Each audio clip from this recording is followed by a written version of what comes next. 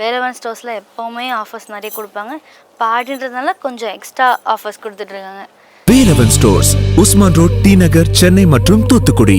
வீட்டுல தேவதை மாதிரி ஒரு பொண்ணு இருக்கும்போது வெளியே தெருவில் ஒரு தெருப்போட்டி கூட சுத்திட்டு இருக்கான்.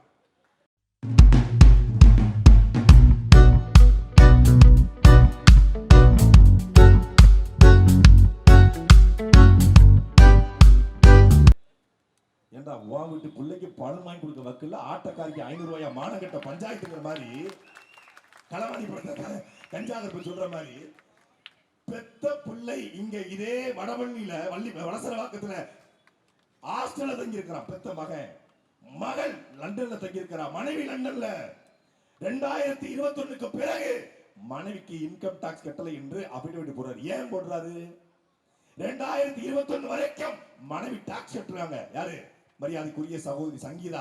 ஏன் சகோதரி? அவள் ஈழத்து மகள், எங்கள் சொந்தம் ஈழத்து தேவதை. அவள் வீட்டுல தேவதை மாதிரி ஒரு பொண்ணு இருக்கும்போது வெளியே தெருவில் ஒரு தெருப்போட்டி கூட சுத்திட்டு இருக்கான். அந்த 2021க்கு டாக்ஸ் கட்டல. ஏன் கட்டலன்னு பார்த்தா 2021 வரைக்கும் அவர் மேல இருந்த அந்த ஜெயா ப்ராப்பர்ட்டி என்கிற அந்த நிறுவனத்தை இந்த விருகம்பாக்கத்துல போட்டி போடுற அவருடைய டிரைவர் மகன் சபரிநாதன் அப்பா ராஜேந்திரன் பேர்ல எழுதி வச்சுக்கான். பொண்டாட்டி பேர்ல இந்த நிறுவனத்தை ஒருத்தன் டிரைவர் பேர் எழுதினா நாம எவ்வளவு பெரிய சைக்கோ பையன் என்பதை அறிவார்ந்த என் தமிழ் சமூகம் தெரிந்து கொள்ள வேண்டும். நாம கஷ்டப்படுவோம், ஒரு பூ வைப்போம், ஒரு ஆட்டோ ஓட்டுவோம், ஒரு மளிகை வச்சிருப்போம். ஆனாலும் கொஞ்சம் சொத்து வாங்கினா மனைவி பேர்ல வாங்குவோம், கொஞ்சம் சொத்து வேணா மகன் பேர்ல வாங்குவோம், கொஞ்சம் சொத்து வாங்கினா மகன் பேர்ல வாங்குவோம். பெத்த பிள்ளை பெத்த மக பேர்ல ஒரு சொத்து கூட வாங்காம அத்தனை சொத்தையும் தன் பேர்ல வச்சுக்கிற இவர்தான் பதவி ஆசை இல்லாதவரு. இவர்தான் 5 காசுக்கு ஆசைப்படாதவரு.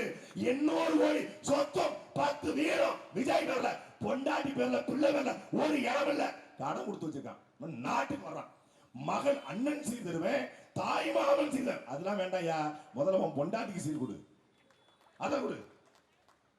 தனிப்பட்ட முறை நான் பேசுறேன், ஆதாரத்தோட பேசுறேன், ஆதாரத்தோட பேசுறேன். அந்த ஆள் அப்படின்னா கொள்கையும் இல்ல, கோட்பாடும் இல்ல, லட்சியம் இல்ல, இலக்கு இல்ல.